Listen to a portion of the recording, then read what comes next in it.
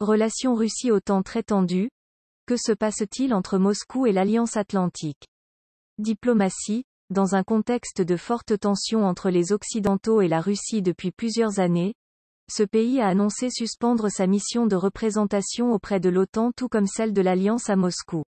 À la suite de certaines mesures prises par l'OTAN, les conditions de base pour un travail en commun ne sont plus là, a indiqué le ministre russe des Affaires étrangères, Sergueï Lavrov lundi.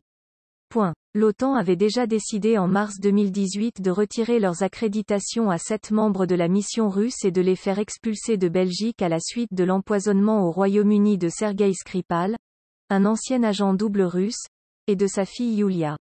Le nombre des accréditations de la mission de la Russie à Bruxelles avait alors été réduit de 30 à 20.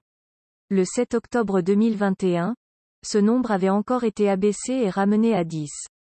Malgré les fortes tensions, le haut commandement militaire russe a rencontré à plusieurs reprises depuis 2014 dans des pays tiers des chefs militaires de l'OTAN ou du Pentagone. La Russie a donc annoncé suspendre indéfiniment sa mission à Bruxelles auprès de l'Alliance militaire occidentale.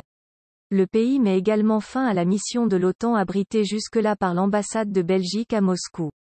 Cette dernière avait pour rôle d'assurer la liaison entre l'Alliance à Bruxelles et le ministère russe de la Défense. Début octobre, l'OTAN avait annoncé retirer leur accréditation à 8 membres de la mission russe à Bruxelles accusés d'être des « agents de renseignement russes non déclarés ». Par ailleurs, la Russie s'est rendue coupable d'activités malveillantes croissantes en Europe, selon le secrétaire général de l'Alliance, Jens Stoltenberg.